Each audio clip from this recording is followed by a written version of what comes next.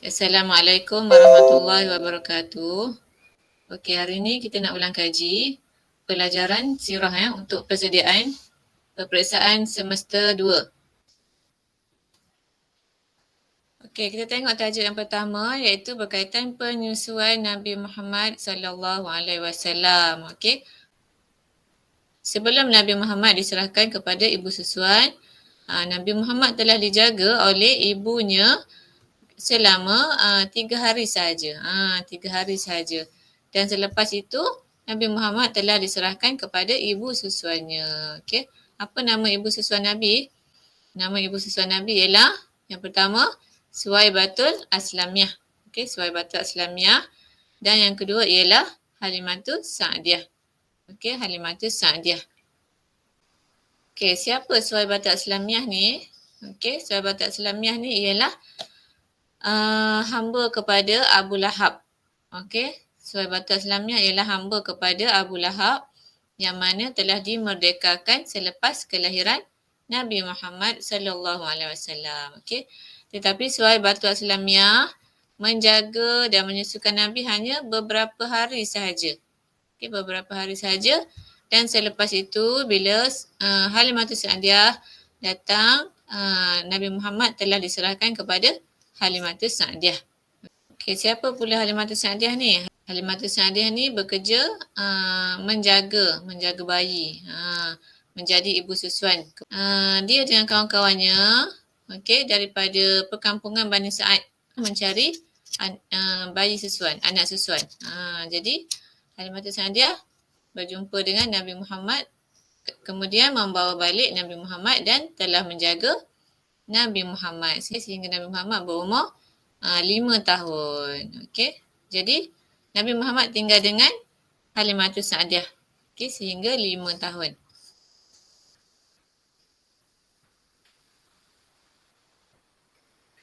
Kemudian selepas 5 tahun, Halimatus Sa'diyah telah menyerahkan Nabi Muhammad kepada ibunya, iaitu Aminah binti Wahab. Okey, Nabi Muhammad sallallahu alaihi wasallam dikembalikan kepada ibunya Aminah. Selepas beberapa tahun Nabi Muhammad tinggal bersama dengan Halimatus Sa'diyah, Halimatus Sa'diyah ingin mengembalikan Nabi Muhammad kepada ibunya kerana risaukan keselamatan Nabi Muhammad sallallahu alaihi wasallam. Ini kerana telah berlaku beberapa peristiwa yang boleh mengancam keselamatan Nabi Muhammad sallallahu alaihi wasallam. Okey, apa peristiwa yang menjadi kerisauan yang menyebabkan Halimatus Sa'diyah berasa risau dengan keselamatan Nabi Muhammad? Antaranya ialah peristiwa Nabi Muhammad, semasa Nabi Muhammad tinggal dengan Halimatus Sa'diyah, Nabi Muhammad telah dibelah dadanya oleh malaikat Jibril. Okey. Masa tu Nabi Muhammad sedang bermain-main dengan kawan-kawannya. Tiba-tiba datang malaikat Jibril yang menyerupai manusia. Kemudian malaikat itu telah membaringkan Nabi dan membelah dada Nabi dan menyucikan hati Nabi. Jadi Halimatus Sa'diyah berasa sangat takut, sangat risau. Okey, dia takut ada orang jahat yang mengapu-apukan Nabi. Selain pada itu, Nabi Muhammad juga pernah hilang. Pernah hilang di kota Mekah. Tetapi telah dijumpai semula oleh beberapa penduduk Mekah. Okey. Itu antara beberapa peristiwa yang berlaku yang menyebabkan kerisauan Halimatus Sa'diyah. Okey, jadi selepas itu Halimatus Sa'diyah pun telah memulangkan Nabi Muhammad kepada ibunya Aminah. Dan kemudian Nabi Muhammad bermula daripada itu, Nabi Muhammad telah tinggal dengan ibunya Aminah.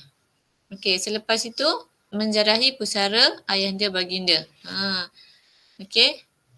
Selepas Nabi Muhammad mula tinggal dengan ibunya Aminah, okey, ibunya telah membawa Nabi Muhammad menjarahi pusara ayahanda baginda, iaitu yang bernama Abdullah bin Abdul Muttalib. Okey. Nabi Muhammad tidak pernah berjumpa dengan ayahandanya. Okey, sebab semasa ayahanda baginda meninggal dunia, Nabi Muhammad masa tu baru berumur 2 bulan dalam kandungan ibunya. Masa tu Nabi Muhammad belum lahir lagi. Okey, masa tu Nabi Muhammad belum lahir lagi. Jadi tak sempat untuk melihat, tak sempat berjumpa dan tak sempat kenal dengan ayahandanya. Okey, jadi ibu Nabi Muhammad telah membawa Nabi Muhammad menziarahi pusara ayahanda baginda yang terletak di mana? Di Madinah. Okey, menziarahi pusara ayahandanya, ayahanda baginda. Ketika usia Nabi Muhammad 6 tahun, ibunya membawa Nabi Muhammad menziarahi pusara ayahanda baginda di Madinah. Okey. Pada masa itu Madinah orang panggil Yasrib. Yasrib ya. Yasrib dengan Madinah sama je. Okey. Di samping itu ibunya juga berhasrat mahu menziarahi saudaranya daripada Bani Najjar. Turut pergi bersama mereka ialah Ummu Aiman, hamba kepada bapa Nabi Muhammad sallallahu alaihi wasallam. Maksudnya yang pergi ke Madinah masa tu ialah 3 orang. Iaitu Nabi Muhammad, ibu Nabi Muhammad dan pembantunya iaitu Ummu Aiman. Okey, dan mereka pergi ke Madinah dan tinggal di Madinah selama sebulan. Sebulan di Madinah. Kemudiannya kita masuk ke tajuk. Okey, kita masuk ke tajuk kematian ibu dan datuk Nabi Muhammad sallallahu alaihi wasallam.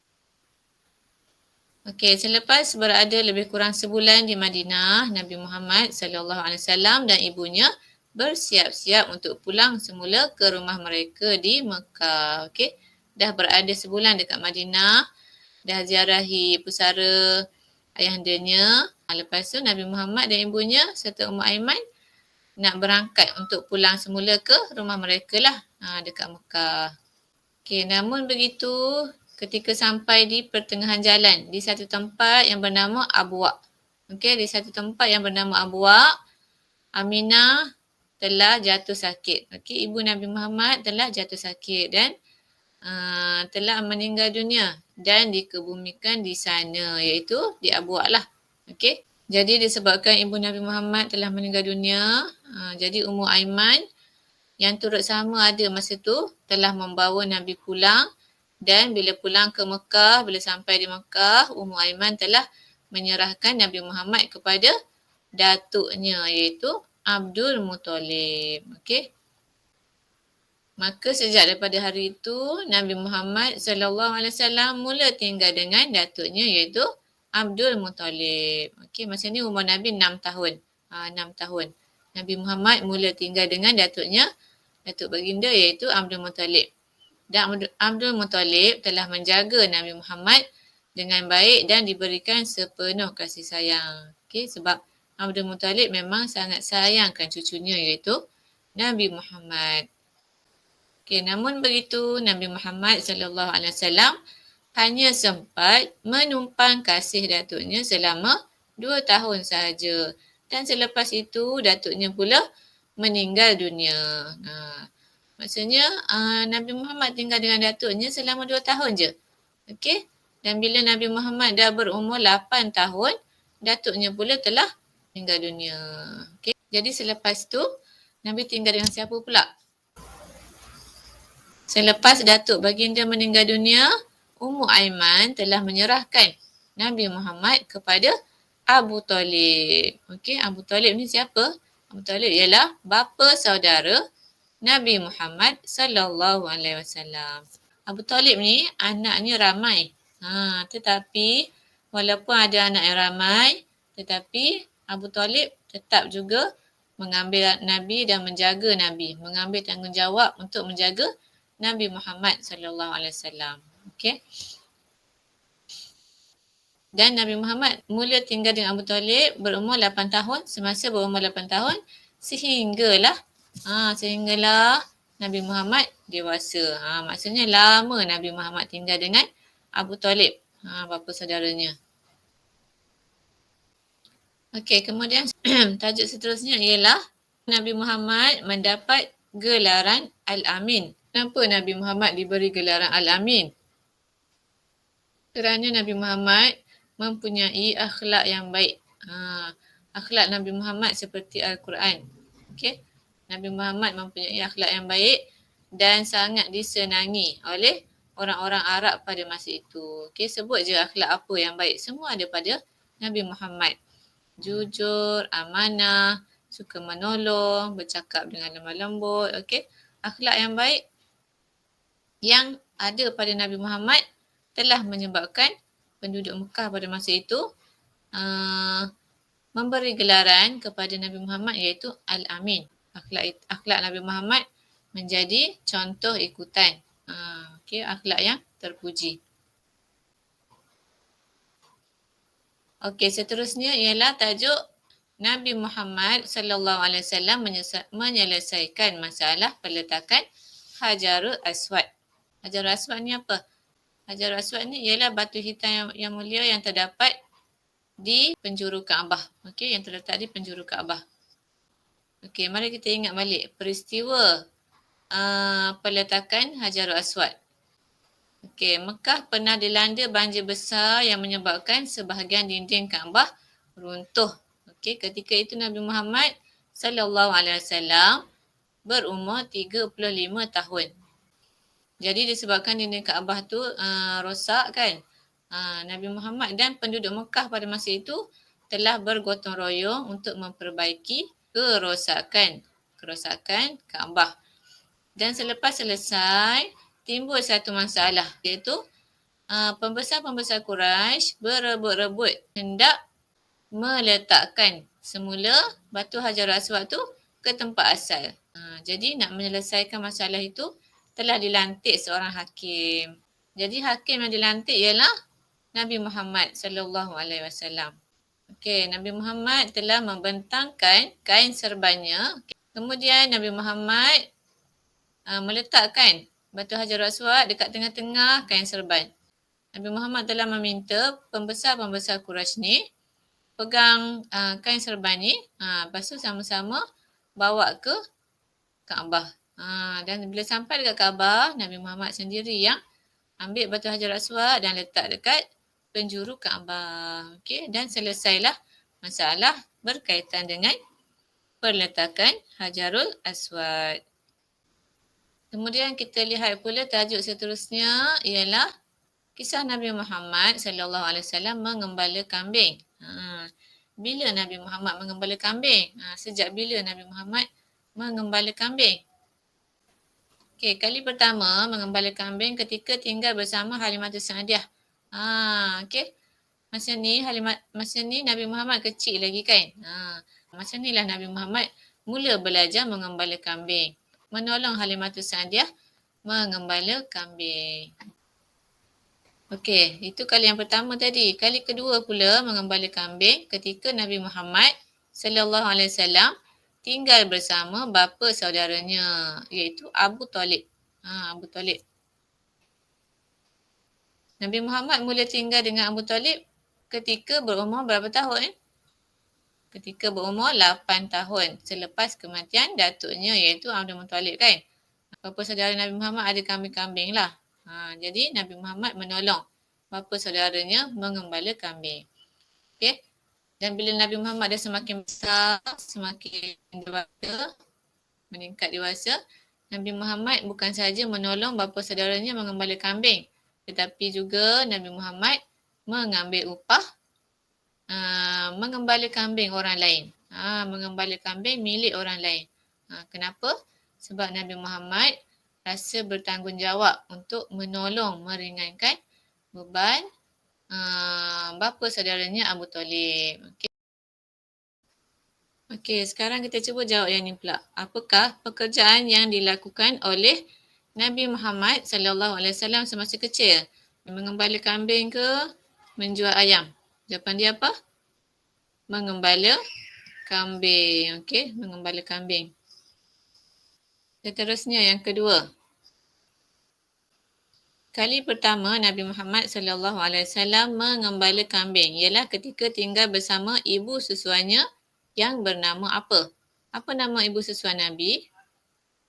Ibu susuan Nabi yang Nabi tinggal bersama dia dan Nabi mula mengenal mengembala kambing. Siapa nama dia? Adakah Halimatus Sa'diyah atau Suwaibatul Aslamiyah? Jawapannya ialah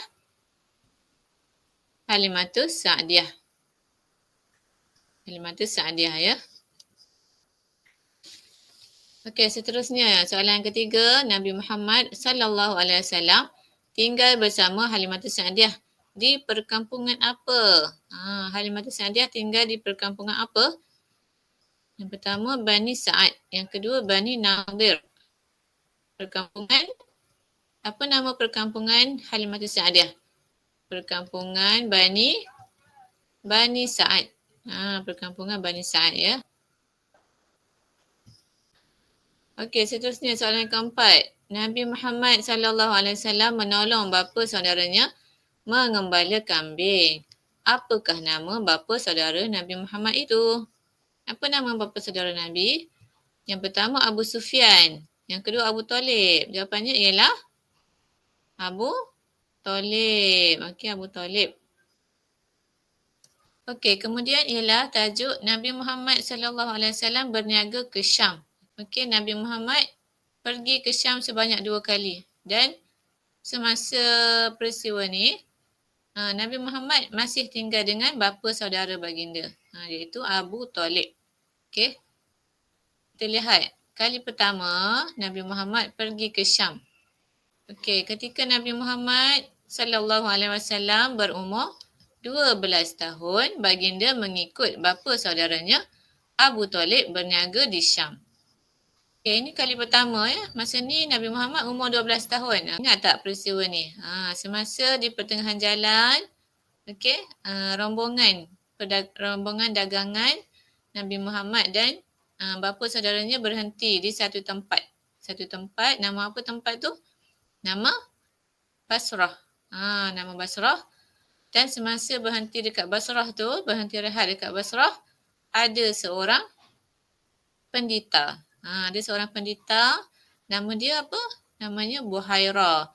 Buhairah telah datang mendekati Nabi Muhammad dan Abu Talib. Kemudian apa yang Buhairah cakap? Okay, Buhairah kata, inilah orang yang diutuskan oleh Allah sebagai rahmat sekalian alam. Maksudnya apa? Maksudnya dia nak cakap yang Nabi Muhammad ni adalah utusan Allah, yang mana Nabi Muhammad ni akan menjadi orang penting, akan jadi pemimpin satu masa nanti. Jadi oleh sebab itu Buhairah telah minta kepada Abu Talib untuk menjaga keselamatan Nabi Muhammad. Dan disebabkan risaukan keselamatan Nabi Muhammad, apabila mendengarkan kata-kata Buhairah tadi, Abu Talib telah meminta beberapa orang suruhannya membawa Nabi Muhammad pulang semula ke Mekah. Okey, itu kali pertama. Seterusnya, kali kedua Nabi Muhammad ke Syam. Okey, kali kedua ketika Nabi Muhammad sallallahu alaihi wasallam berumur 25 tahun. Baginda ke Syam dengan membawa barang-barang perniagaan milik Khadijah binti Khuwailid. Okey, siapa Khadijah ni? Khadijah ni ialah seorang wanita bangsawan Quraisy yang sangat dihormati. Orang yang kaya. Okey, dia ada perniagaan dan barang-barang perniagaan yang dimiliki Khadijah ni lah yang Nabi Muhammad bawa untuk diniagakan di Syam. Okey, pada masa ini Nabi Muhammad pergi ke Syam, ada seorang lagi pembantu Khadijah yang pergi bersama, iaitu nama dia Maisarah. Okey, Maisarah. Nabi Muhammad dan Maisarah tu pergi ke Syam untuk berniaga lah. Okey. Dan Nabi Muhammad telah berniaga dengan jujur dan amanah dan hasilnya mereka mendapat keuntungan yang banyak. Keuntungan yang berlipat kali ganda disebabkan sikap jujur dan amanah semasa berniaga. Okey, seterusnya tajuk sifat wajib Nabi Muhammad sallallahu alaihi wasallam. Okey, sifat wajib Nabi Muhammad sallallahu alaihi wasallam ada 4, iaitu siddiq, amanah, tabligh dan fatonah. Okey, sifat-sifat wajib Nabi Muhammad sallallahu alaihi wasallam. Okey, yang pertama ialah siddiq. Yang kedua amanah, yang ketiga tabligh dan yang keempat fatonah. Okey, apa maksud siddiq? Siddiq artinya benar. Siddiq artinya benar ataupun bercakap benar. Yang kedua, amanah. Amanah artinya jujur. Jujur. Contoh macam Nabi Muhammad tadilah menjalankan perniagaan dengan jujur dan amanah. Yang ketiga, tabligh. Tabligh artinya menyampaikan. Menyampaikan apa? Menyampaikan dakwah. Nabi Muhammad menyampaikan dakwah secara lisan, secara penulisan. Okey. Dan yang keempat, fatanah. Fatanah artinya bijaksana. Okey, bijaksana. Banyaklah contoh kebijaksanaan Nabi Muhammad sallallahu alaihi wasallam. Okey, sekarang cuba jawab soalan ni. Sesuaikan dengan maksud yang betul. Ni ialah berkaitan tajuk sifat wajib Nabi Muhammad. Okey, yang pertama. Yang pertama, siddiq. Apa maksud siddiq? Jujur, bercakap benar, bijaksana, menyampaikan. Siddiq apa? Siddiq ialah bercakap benar. Okey. Kemudian yang kedua. Yang kedua, amanah. Apa maksud amanah? Amanah ialah jujur. Amanah ialah jujur. Kemudian yang ketiga, tabligh. Apa maksud tabligh? Tabligh maksudnya tabligh, menyampaikan. Menyampaikan apa? Menyampaikan dakwah. Dan yang keempat ialah fatanah. Fatanah artinya bijaksana. Okey, ini ialah sifat-sifat. Sifat apa? Sifat wajib ke? Sifat mustahil ke? Sifat harus? Sifat wajib ya. Sifat wajib Nabi Muhammad sallallahu alaihi wasallam. Okey, itu saja untuk tajuk ulang kaji kita bagi pelajaran sirah. Saya harap ulang kaji secara ringkas ni dapat mengingatkan semula apa yang kita belajar, apa yang awak belajar sebelum ni.